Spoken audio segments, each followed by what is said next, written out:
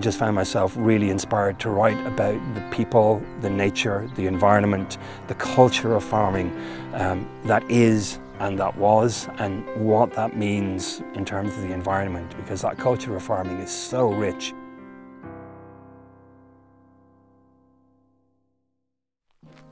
My name is Keith Brennan. I'm an ex-city dweller from the Liberties in Dublin. I'm now a farmer and a writer with a huge interest in regenerative farming, in farming for biodiversity, and we run a no-spray rare breed livestock farm here in North Roscommon, out in the middle of beautiful nowhere. The name of our farm is Hawthorne Hill Farm.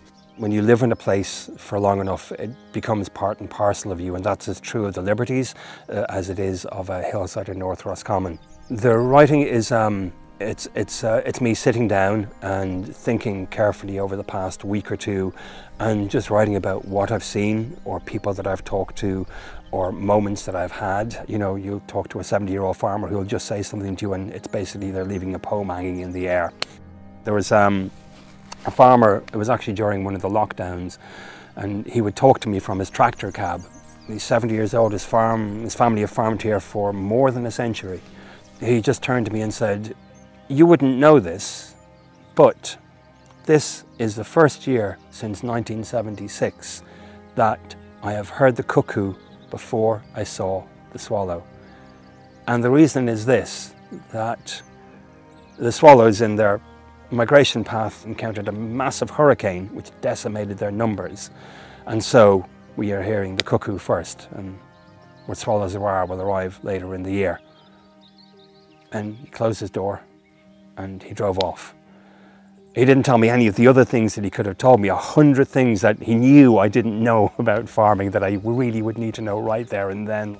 He instinctually understood something that's really intrinsic to farming sustainably, which is that what we do has a massive effect here and in other places, and how we manage our land is really important.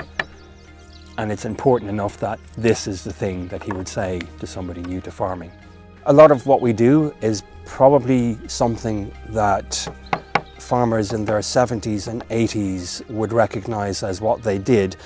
A friend put it well. She said, the drive in Ireland over the past 2 decades, 3 decades has been to produce, produce, produce, no matter what, and you infill that with a lot of inputs, a lot of chemical fertilizers, a lot of sprays, insecticides, pesticides. You plough up your pastures and replace them with rye and clover, and when you do that for long enough, you kill all the life in the soil, you get rid of your wildflower seed bank, all of those things.